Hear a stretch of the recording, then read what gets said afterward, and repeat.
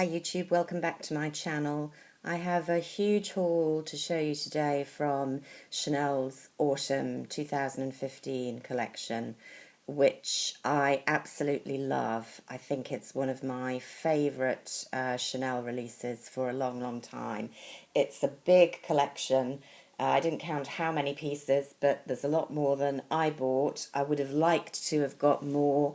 I liked almost everything in the collection, but I already spent a lot of money, and so I kind of tried to pick up the pieces that were a bit more unlike things I've already got.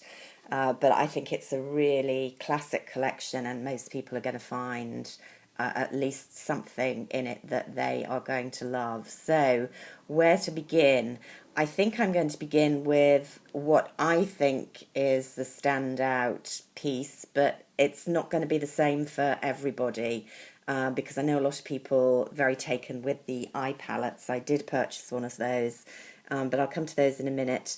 The piece that, if I could have only have had one piece, I think is the one I would have picked, is the powder blush, which is called Alazane. I'm not sure if it's limited edition or not. The information on different websites seems to be different. I have had this out, although it's in the box. I don't know, I'm a bit peculiar about keeping my boxes for a while, which is a bit silly, really. I should get rid of it. I've worn this once. I wore it yesterday. I only got back from holiday the other day. And this, although I have a lot of Chanel blushes, they're my favourites, powder blushes anyway.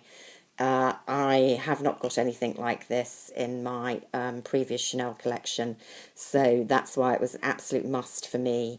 Now you can see it's quite a warm rose, russety rose pink is how I would describe it. A really perfect autumnal colour.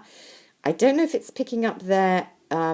Chanel blushes are not for those generally who like matte blushes, because they often have some shimmer in them, which I personally like, but if you don't like, they're not for you.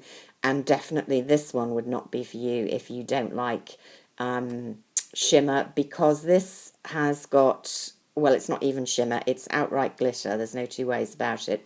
I don't know if it's coming off in the pan. Shaky hands today, too much coffee. There you see it swatched on the finger, and it's looking really gold. I don't know if you can see the particles of glitter. It's a very pigmented powder.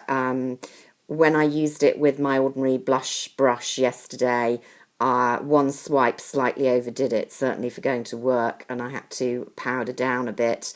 I shall be more careful in future, but it's a beautiful colour. I won't say that you can't see glitter on the cheeks, because you can, and I can't stress enough that if that is not your thing, then this is not going to be the blush for you, because it's definitely there. But the glitter more translates into just a beautiful kind of depth of colour, and I think this would be flattering on a lot of complexions. I'm very fair, so as I say, because it's quite pigmented, I'm going to have to go easy on it. But it will work for women with darker complexions as well. Now, as I say, I've got nothing really like it in my collection. I thought the tone might be quite similar to Accent, which was, I think, a couple of years ago. But as you can see, Accent is a bit cooler, and the shimmer is definitely more a shimmer, less a glitter, and definitely more silvery. And Accent, as you can see, when swatched, went on a lot paler. I mean, that's another favourite of mine, so I do like that one as well. I just love Chanel blushes. And the other one that I pulled out that I thought was kind of nearest to it in tone was the much less shimmery Candy from a few years ago. So if you have that, you can see the similarities. But Candy, much less glittery, much peachier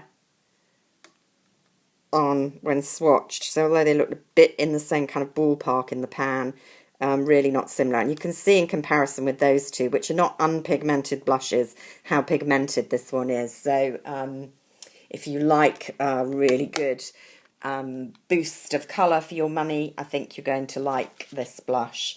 As I say, I wore it yesterday. It was a little bit more difficult to apply, but lovely colour, lasted well. Really, really pleased with that one. I think it's something special.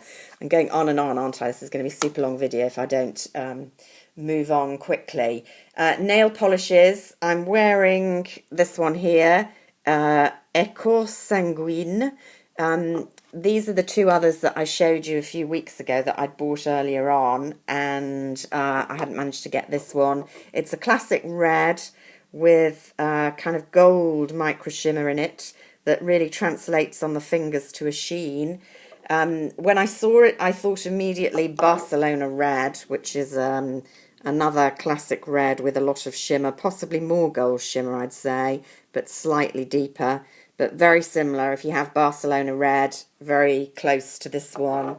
The other one, which I have, which is quite close, is Electric, but that's much pinkier, but again has about the same amount of gold shimmer in it.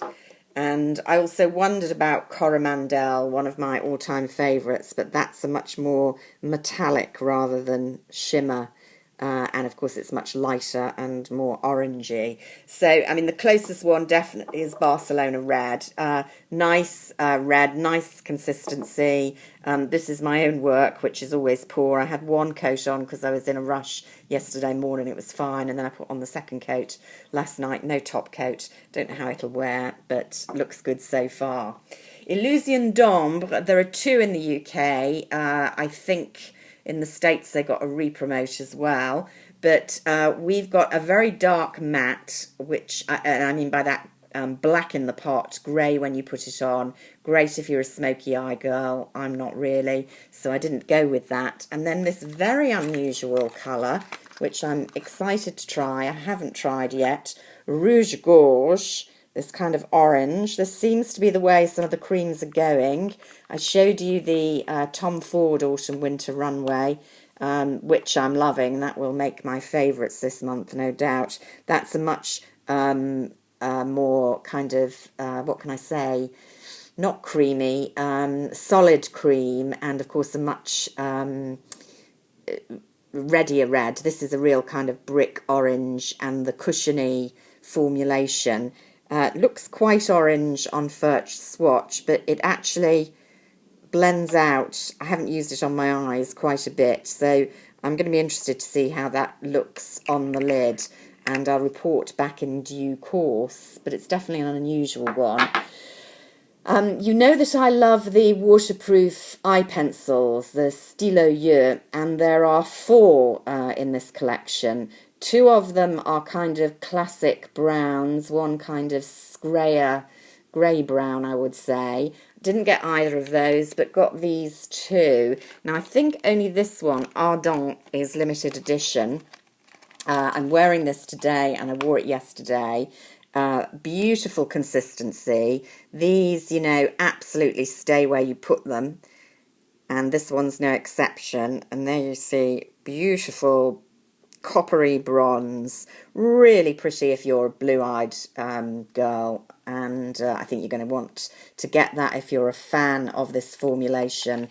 I am. They're expensive, but they really do the job, and they don't come off until you get the waterproof eye makeup remover on at the end of the day. And then this one, which I think is going to be permanent for the moment, is Érable, and this is a kind of cooler khaki bronze brown. Again, really, really pretty. So I was immediately sold on those two. But if you're in the market for a kind of plainer brown, they've got two others that are great. 4 lipsticks. One ordinary Rouge Allure in a kind of coppery pink. two cocoa shines, one a kind of berry stain, very pretty, but I have a lot of them already, and one more just a kind of your lips but better look. And I went for this Rouge Allure Velvet because I do like their velvet formulation more than an ordinary matte, and I just couldn't resist this beautiful mid-toned red. Wore it yesterday. There you go. Pinky red, really.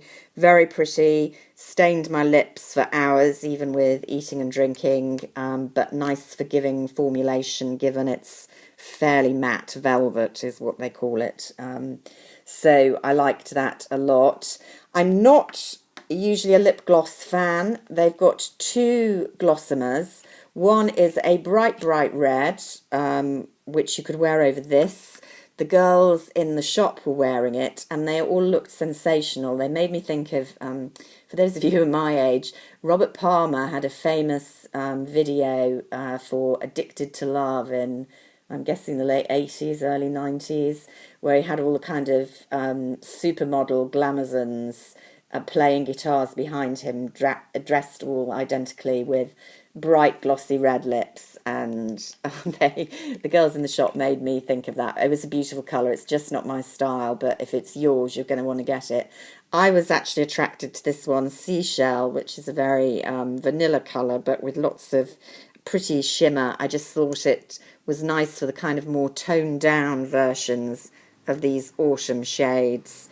And I wore this today. I've been wearing it, and it's really pretty. Nice consistency. For a gloss, they kind of stay glossy longer than a lot of lip glosses. So I can see why gloss fans like the Chanel product. I don't wear lip gloss a lot. So to the two eye palettes, a lot of people would like the Entrelac, which is the Entrelac, sorry, Quint 5 shadows with a beautiful lacy pattern over basically neutral colours, although they've got some complexity of texture. I'd read very mixed reviews about how they applied, some of the colours better than others, and swatching on my hand in the shop, I could see why. I think if I hadn't got a lot of neutral-ish palettes already, I would definitely have bought it because it's just so pretty. And the middle colour, which is a kind of complex bronze, I really liked, but I wasn't going to buy it for just one colour. I dithered over this one, which is their Tisé d'Automne, a quad. I don't have many Chanel quads, but in the end, I couldn't resist. Haven't worn it yet, planning to tonight. When I go out. Two reasons, really.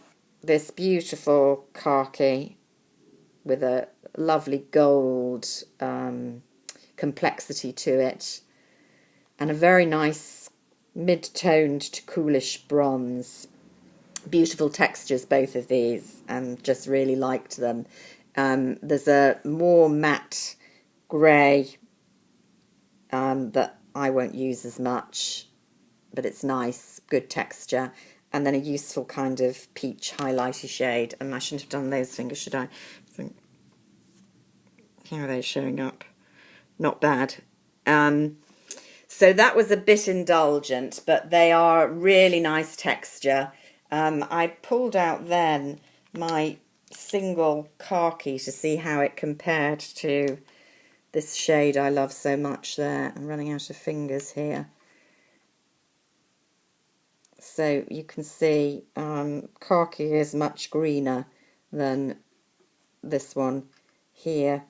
Same ballpark, really. Yeah, they look... This one's a bit cooler, isn't it? So if you've got the single khaki, you may not need to certainly get this quad just for that one colour, which isn't quite what I did, but I mean, that was the one that I thought was really special. So they're very nice consistency, and if you're a quad fan or you haven't got, you know, a quad in that kind of colour range, it's a nice one. But there you go. What other products were there? I think that's probably... Oh, there was two mascaras as well. I can't even remember what colours. I think a brown and a black. So a really nice collection. I think there's something for everyone and nicely curated. You know, you can really mix and match those pieces together and create a variety of looks, going from the really kind of vampy to the much more natural looks, and mix and match strong eyes, lighter lips, strong cheeks, neutral eyes, you know, whatever. Really well curated. So hope that's helpful, and I'll definitely be telling you more when I've tried them a bit more. Until then, bye for now.